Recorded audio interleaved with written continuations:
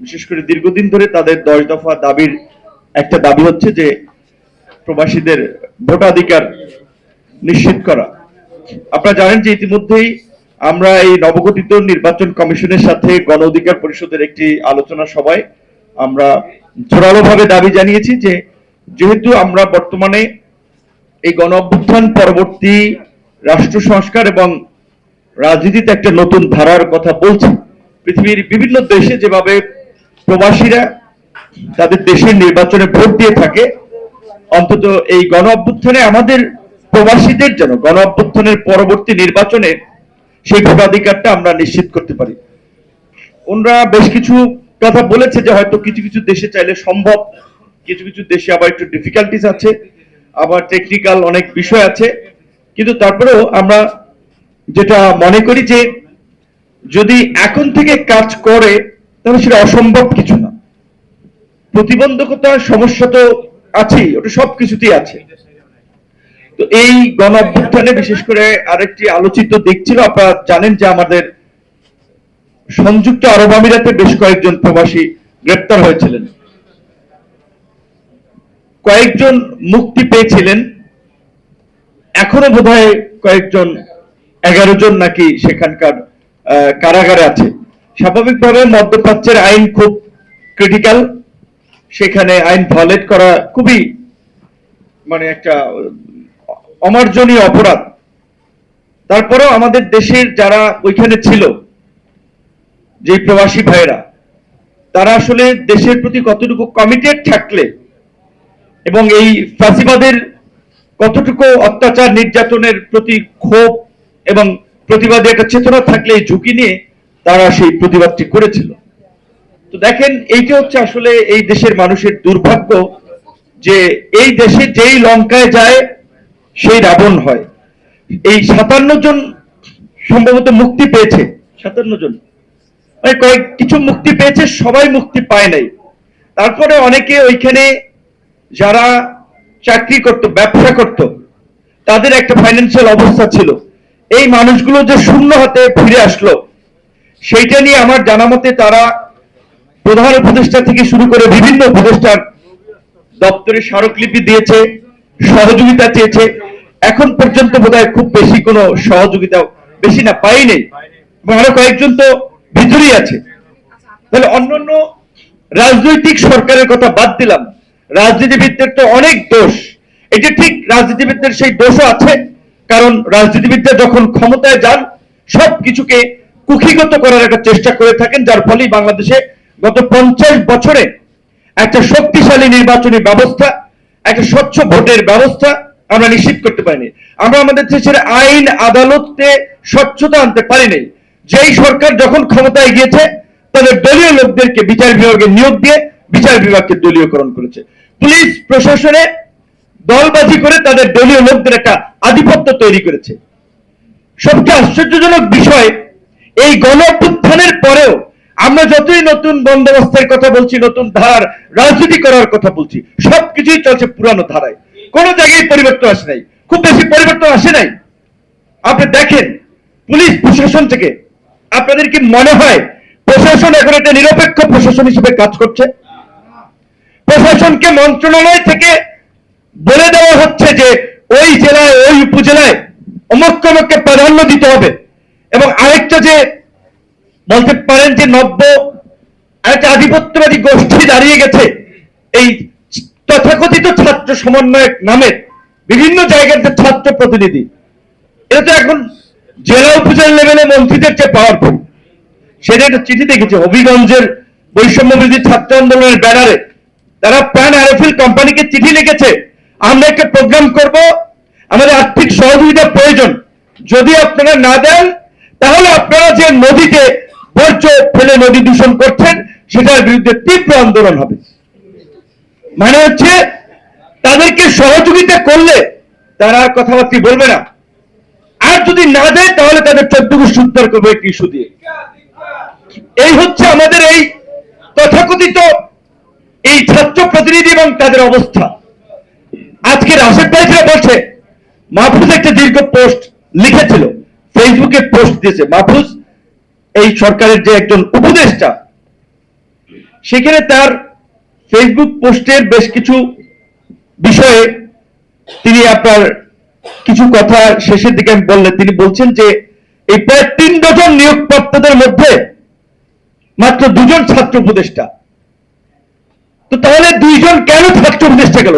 পৃথিবীর বিভিন্ন দেশে গণ অভ্যুত্থান বা বিপ্লবের পরে বিপ্লবীদের নেতৃত্বে গণ অভ্যুত্থানকারীদের নেতৃত্বে অংশীদারদেরকে নিয়ে সরকার হয়। তোমরা কেন ওই বিদেশি এমবেসির পরামর্শে বিদেশি এমবেসির 5টা কিছু লোকজনকে নিয়ে সরকার গঠন করতে গেল? আমাদের লজ্জা হয়। আরো বাংলাদেশের প্রটোকলে ডিপ্লোম্যাটরা আমার এক্স্যাক্টলি অনেক পেছনের প্রটোকলে মন্ত্রী তো দূরের কথা, সচিব, তারা ডেপুটি সেক্রেটারি পদমর্যাদা এখানকার ডিপ্লোম্যাটরা। আমাদের 3 জন উপদেষ্টা আমেরিকান এমবেসিতে গিয়ে মিটিং করে কতটুকু নাকে খত দিতে পারে না চিন্তা করতে পারেন। 3 জন উপদেষ্টা যেখানে একজন মিনিস্টারের সাথে তাদের মিটিং করতে তাদের অন্তত আমি মনে করি আগে থেকে মেইল দিয়ে অপেক্ষায় থাকার কথা। আর সেখানে যে বলে যে চাইলাম জল পাইলাম শরবত, এরকম যে মেঘ না চাইতে বৃষ্টি, ভুল ভুল করে 3 জন উপদেষ্টা।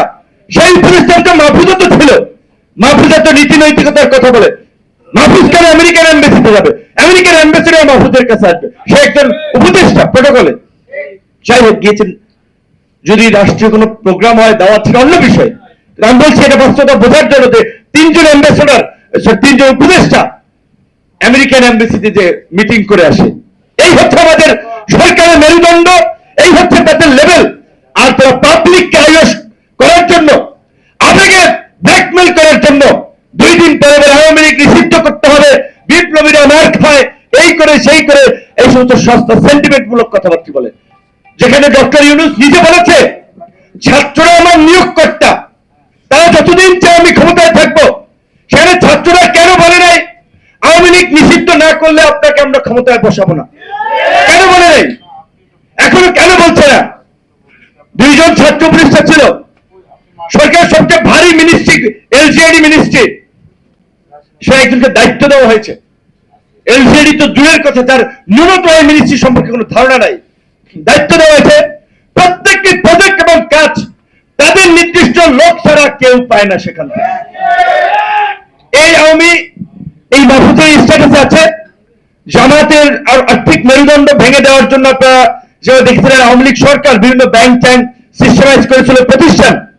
আওয়ামী লীগের মাহফুজ এখানে বলেছে আওয়ামী লীগের আর্থিক দুর্গে আমরা হাত দিতে পারি নাই। আওয়ামী লীগের সবচেয়ে বড় লুটেরা মাফিয়া শিল্প প্রতিষ্ঠান এই বসুন্ধরা সহ এই ওরিয়ন চরিয়ন যারাই আছে, কয়টা প্রতিষ্ঠানের বিরুদ্ধে এই ছাত্র আন্দোলন করছে? বরঞ্চ ওই লুটেরা আরেক মাফিয়া বসুন্ধরার সহযোগী এই লুটেরা মুকুলের রূপায়ণ টাওয়ারেই তো তোমরা আস্তানা গেড়েছ। তো তোমাদেরকে রাতের অন্ধকারে ব্যাগ ভর্তি টাকা দিয়ে গেলে, উপদেষ্টা পাড়ায় এসে চেক দিয়ে গেলে সব জায়েজ। আওয়ামী লীগ তোমাদের কমিটিগুলোতে ঢুকছে না।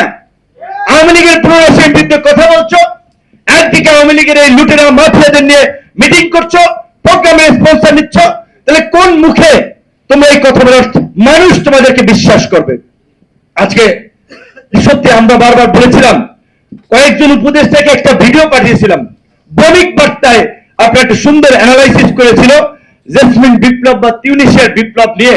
সেখানে তারা মাত্র 4 মিনিটের একটা স্টোরিতে তারা বলেছিল যে তিউনিসিয়াতে এই গণ অভ্যুত্থানের পরে কিভাবে সামাজিক বিভিন্ন গোষ্ঠীগুলো বিরক্ত হয়ে গেছে, কিভাবে সেখানকার রাজনৈতিক এই সমস্যা ধীরে ধীরে জটিল হয়েছে এবং একটা দুর্বল গণতান্ত্রিক ব্যবস্থা তৈরি হয়েছে।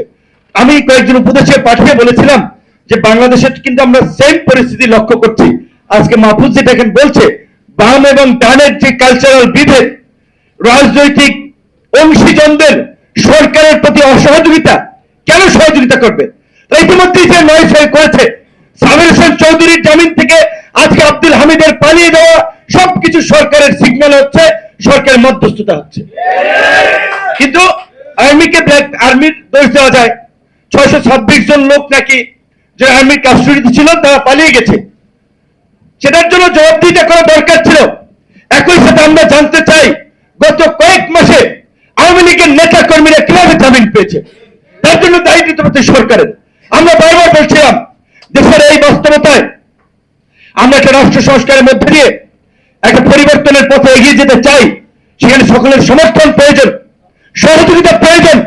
অভ্যুত্থানের অংশীদারদেরকে নিয়ে জাতীয় সরকার গঠন করুন, এটা শোনা হলো না। তারা ক্রমাগত ভাবে যে সমস্ত উপদেষ্টাদেরকে শেষ পর্যন্ত অন্তর্বর্তীকালীন সরকারের জায়গা নিয়েছেন, তার মধ্যে অন্তত 5 জন উপদেষ্টা আছে যারা আওয়ামী লীগের সাথে সম্পৃক্ত ছিলেন, অন্তত আরো 5 জন উপদেষ্টা আছে যারা বিদেশি এমবেসির মদত পুষ্ট। তাহলে এই প্রতিবাদের দোসর বিদেশি মদত পুষ্ট এই উপদেষ্টা পরিষদ দিয়ে কি সংস্কার হবে, আর কি আপনার শক্তিশালী গণতান্ত্রিক ব্যবস্থার দিকে আমরা যাব? বিএনপি জামাত থেকে শুরু করে রাজনৈতিক দলগুলো শুরুর দিকে বলে নাই যে আমরা নির্বাচন চাই, নির্বাচনী রোডম্যাপ দেন। কেন তাদের মনের মধ্যে এই সন্দেহ সংশয় তৈরি হলো যে তারা নির্বাচনের জন্য জোরালো ভাবে বক্তব্য রাখতে শুরু করলো? কারণ তারা বুঝতে পেরেছে আপনারা যেই পথে যাচ্ছেন, সেই প্রক্রিয়া অবলম্বন করছেন, সেটা আপনাদের জন্য ভালো হবে না, দেশের জন্য ভালো হবে না। আপনারা একটা 111-এর মতো পরিস্থিতির দিকে শেষ পর্যন্ত দেশকে নিয়ে যাবেন। তাই সেই কারণে আমরা বলছি, ওকে, আপনারা যদি সংস্কার করতে চান, প্রকৃত অর্থে একটা টেকসই পরিবর্তন করতে চান, এখনো যেই কয়দিন আপনারা থাকতে চান, যেই কয় মাস, যেই কয় বছর রাজনৈতিক দল এবং এই অভ্যুত্থানের অংশীদারদের সাথে আলাপ আলোচনা করে আপনারা এই অন্তর্বর্তীকালীন সরকারকে জাতীয় সরকারের রূপ দিন। জাতীয় সরকার ছাড়া আপনারা টিকতে পারবেন না। আজকে ভারত পাকিস্তান, ওইখানে মোদির যে ট্রাম্প কার্ড, হিন্দুত্ববাদী ট্রাম্প কার্ড, পাকিস্তান দেখছেন হামলা করেছে, হামলার কেন্দ্রবিন্দু ছিল তাদের মসজিদ, এবং হামলার নাম দিয়েছে আপনার অভিযানের অপারেশন সিন্দুর। একেবারেই ধর্মীয় সেন্টিমেন্ট থেকে মানুষকে উত্তেজিত করা, জনসমর্থন ক্যাশ করার একটা জায়গা থেকে। তো এইখানে আবার দুই একজনে দেখলাম যে আমাদের এই ছাত্র নেতারাও ফেসবুকে স্ট্যাটাস দিছে, জাতীয় নিরাপত্তা সার্বভৌমত্বের প্রশ্নে আমাদেরকে জাতীয় ঐক্য ধরে রাখতে হবে, সংহতি প্রতিষ্ঠিত করতে হবে। 5ই আগস্ট যেই জাতীয় ঐক্য এবং সংহতি প্রতিষ্ঠিত হয়েছিল, সেই জাতীয় ঐক্য এবং সংহতি নষ্টের মূল কারিগর কারা? সেই জাতীয় ঐক্য এবং সংহতি নষ্টের মূল কারিগরদেরকে একসময় জবাবদিহি করতে হবে।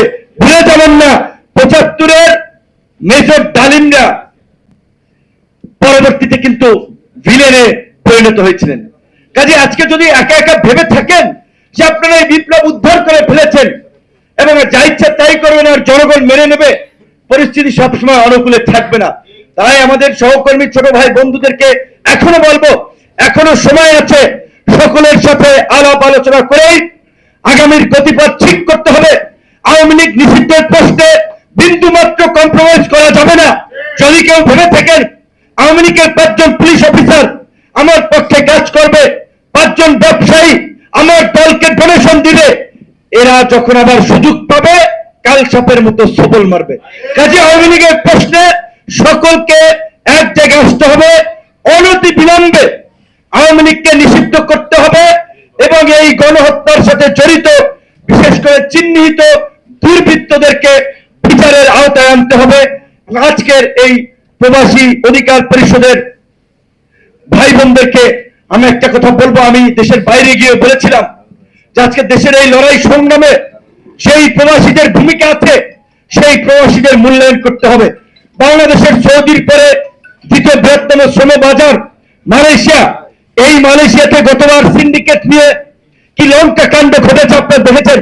এখন পর্যন্ত সেই সিন্ডিকেটের হোতাদেরকে গ্রেপ্তার করা যায় নাই, বিচারের মুখোমুখি করা যায় নাই, আবার শুনতেছি নতুন সিন্ডিকেট হচ্ছে এবং এই নতুন সিন্ডিকেটে আবার এই গণ অভ্যুত্থানের যারা অংশীদার দাবি করে তারা অনেকে জড়িত হচ্ছে। আমাদের পরিষ্কার কথা, মালয়েশিয়া সহ সকল শ্রমবাজারের যে সমস্ত জায়গায় সিন্ডিকেট আছে এই সিন্ডিকেট ঘুরিয়ে দিতে হবে এবং প্রবাসী অধিকার পরিষদের 10 দফার সর্বশেষ যে দাবি 1 লক্ষ টাকার মধ্যে এই প্রবাসী শ্রমিক পাঠানো নিশ্চিত করতে হবে। আমরা আবার এটার দাবি জানাই যে 1 লক্ষ টাকার মধ্যে এই শ্রমিক ব্যয় পাঠানোর ব্যয় নিশ্চিত করতে হবে এবং প্রবাসী শ্রমিকরা দেশের বাইরে মারা গেলে যার টাকা আছে সে প্লেনের ভাড়া দিয়ে আসবে, যার টাকা নাই তার অন্তত ব্যয় রাষ্ট্র বহন করবে। প্রবাসে আমাদের যে সমস্ত দেশে শ্রম কল্যাণ উইং নাই, কম সংখ্যক লোক, সেখানে পর্যাপ্ত সংখ্যক জনবল বাড়াতে হবে। এবং আরো একটা সমস্যা হচ্ছে আমাদের সামাজিক সমস্যা, এটা দীর্ঘদিনের অভ্যাসগত সমস্যা। এটা একটা এই সমাজের বৈশিষ্ট্য। এই প্রবাসী দেখা যায় কেউ দেশের বাইরে থাকে, এখানে জমি কেনে বাড়ি করে, আর দেশের মধ্যে থাকা দুই একজন আত্মীয় স্বজন কিংবা পাড়াপড়শি যাদের মাধ্যমে এই জায়গা জমি কিনে ব্যবসা বাণিজ্য করে, তারা তাদের সাথে প্রতারণা করে। সেক্ষেত্রে এই যে তাদের কষ্টার্জিত টাকা তারা এখানে পাঠায়, এখানে ভ্যাট দেয়, ট্যাক্স দেয়, বিনিময়ে তারা এখানকার বিদ্যুৎ ব্যবহার করে না, এখানকার গ্যাস ব্যবহার করে না, রাস্তাঘাট ব্যবহার করে না। তাহলে এই প্রবাসীদের এই সমস্যার সময় যদি আমাদের প্রশাসন যদি র্যাপিড রেসপন্স না করে, সমস্যা সমাধানে যদি দায়িত্ব না নেয়, তাহলে এই মানুষগুলো তো দেশের প্রতি আরো নিরুৎসাহিত হবে। আমাদের অনেক প্রবাসী এই ডায়াসপোরা কমিউনিটি আছে যারা বিভিন্ন দেশে প্রতিষ্ঠিত ব্যবসায়ী, পেশাজীবী। আমরা এই গণ অভ্যুত্থানের পরে সকলকে আহ্বান জানিয়েছিলাম, আসুন সবাই মিলে আমরা নতুন বাংলাদেশ বিনির্মাণ করি। অনেক মেধাবী তরুণ প্রবীণ একটা উৎসাহ দেখেছিলাম। সত্যি কথা বলতে গত 8 মাসে আমার মনে হয় সেই উৎসাহের ভাটা পড়েছে। দেশের এই ব্যবস্থা দেখে তাদের আর সেই আগ্রহটা নাই। শুরুর দিকে যেভাবে তারা বলেছিল, না এইবার বোধহয় দেশে একটা আমূল পরিবর্তন হবে, এইবার আমার দেশ আমরা গড়ে তুলবো, আমরা এই সমস্ত দেশে থাকি, ইউরোপ, আমেরিকা, মধ্যপ্রাচ্য, এই সমস্ত দেশের আইন কানুন, বিধি বিধান, নীতিমালা, আমরা আমাদের দেশকে সেইভাবে গড়ে তুলবো। কিন্তু কয়েক মাস পরে দেখছে যেটা তো জেলেও সেই কদুর দিকে যাচ্ছে। কাজী সর্বশেষ আমি এই প্রবাসী কিংবা দেশের জনগণকে সর্বশেষ একটা কথা বলবো। আল্লাহ বলছে যে দুনিয়াতে যত বালা মুসিবত মানুষের হাতের কামাই। কাজে আপনারা যেভাবে চাইবেন সেইভাবে আপনাদের নেতা নির্বাচিত হবে। যাদেরকে আপনারা নেতৃত্বে চাবেন তারা আপনাদের নেতৃত্বে আসবে। সুতরাং আপনাদের দায়িত্ব আছে ভালো মানুষকে আগামী নির্বাচনে ভোট দিয়ে নির্বাচন করা, ভালো মানুষের পাশে থাকা, যারা ভালো কিছু করতে চায় তাদেরকে সমর্থন করা। এই গণ অধিকার পরিষদ কোন এজেন্সির প্রেসক্রিপশনে, কোন সরকারের দয়া দাক্ষিণ্য নিয়ে তৈরি হয় নাই। এই গণ অধিকার পরিষদ বাংলাদেশের ইতিহাসে একমাত্র ব্যতিক্রম ধর্মী রাজনৈতিক দল যারা রাজপথের আন্দোলন সংগ্রামের মধ্যে দিয়ে গড়ে উঠেছে, জনগণের চাহিদাকে প্রাধান্য দিয়েই যারা রাজনীতি করেছে। এবং এই গণ অধিকার পরিষদ আপনারা দেখেছেন 2021 সালে প্রতিষ্ঠিত হয়েছে। তার আগে 2018 সালে এই ছাত্র অধিকার পরিষদ, 19 সালে এই প্রবাসী অধিকার পরিষদ, শ্রমিক অধিকার পরিষদ, যুব অধিকার পরিষদ, পাইপলাইন থেকে গণ অধিকার পরিষদ এইভাবে তৈরি হয়েছে। গণ অধিকার পরিষদের নেতা কর্মী সহ গণ অধিকার পরিষদের অঙ্গ সংগঠন আজকে এই প্রবাসী অধিকার পরিষদ সহ সকলকে আমরা বলবো নিজেদের সেই শৃঙ্খলা এবং নিজেদের সুস্থ ধারার রাজনীতি জনগণের কাছে তুলে ধরার মাধ্যমেই যেন আমরা আগামীতে জনগণের প্রতিনিধিত্ব করতে পারি, এই দেশের বিকল্প রাজনীতির জায়গা থেকে আমরা নেতৃত্ব দিতে পারি। আমরা যেন সেইভাবে কাজ করি এবং প্রবাসীদের যেই অঙ্গীকার 10 দফা সেটি বাস্তবায়নে গণ অধিকার পরিষদ সবসময় সোচ্চার, আগামীতেও থাকবে। সকলকে ধন্যবাদ এবং